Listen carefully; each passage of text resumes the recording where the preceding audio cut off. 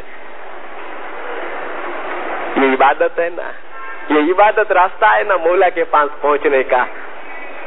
اللہ کے رسول نے فرمایا, رسول اللہ فرمایا کرتے تھے, صحابیوں سے روایت کی گئی ہے, ایک بار اللہ کے رسول نے پوچھا کہ اے ابو ہریرہ کیا تو یہ نہیں چاہتا کہ اللہ کا احسان ادا کر, اللہ کا احسان ادا کر.